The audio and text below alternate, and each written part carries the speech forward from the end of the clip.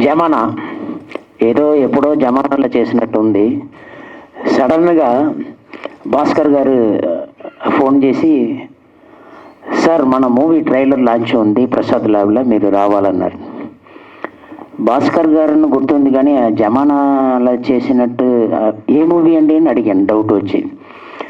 అంటే ఒక మూవీ చెయ్యాలంటే ఎంతో కష్టపడాలి, ప్రొడ్యూసర్కి ఎంతో కష్టాలు ఉంటాయి, డైరెక్టర్కి ఎంతో కష్టం ఉంటుంది.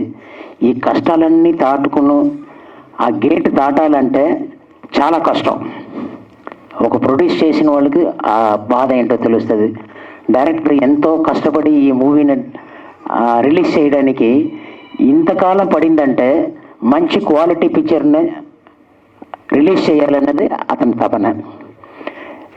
ఎందుకంటే ప్రతి ఒక్క బ్యానర్కు ఒక ప్రొడ్యూసర్ వెన్నుపూసల్లాగా ఉంటారు.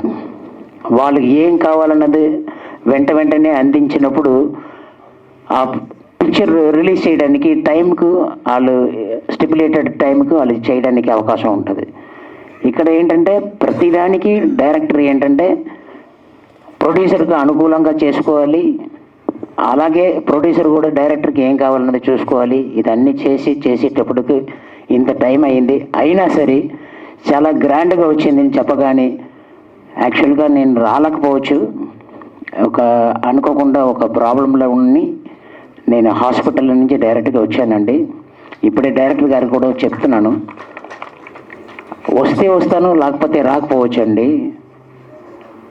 నన్ను ఎప్పుడు కూడా ఒక నెగటివ్ షేడ్లోనే చూపిస్తున్నారు. నెక్స్ట్ నేను చేయబోయే మూవీ ఇటువంటి క్యారెక్టర్ కూడా ఈయనకి ఇవ్వచ్చా అని చెప్పేసి డైరెక్టర్ ఆశ్చర్యపోతారు. అటువంటి క్యారెక్టర్ చేయబోతున్నాను. అది నెగటివ్ కాదు, పాజిటివ్ కాదు, total out and out comedy movie. నేను ఈ లుక్లో కామెడీ చేస్తానన్నది అందరికీ డౌట్ ఉంటుంది. మూవీ చూసిన తర్వాత మీకు తెలుస్తుంది. థ్యాంక్ యూ భాస్కర్ గారు, అలాగే ప్రొడ్యూసర్ గారికి ఈ క్యారెక్టర్ ఇచ్చిన దానికి నేను చాలా గర్వంగా ఫీల్ అవుతున్నాను. Once again congratulation for that your movie.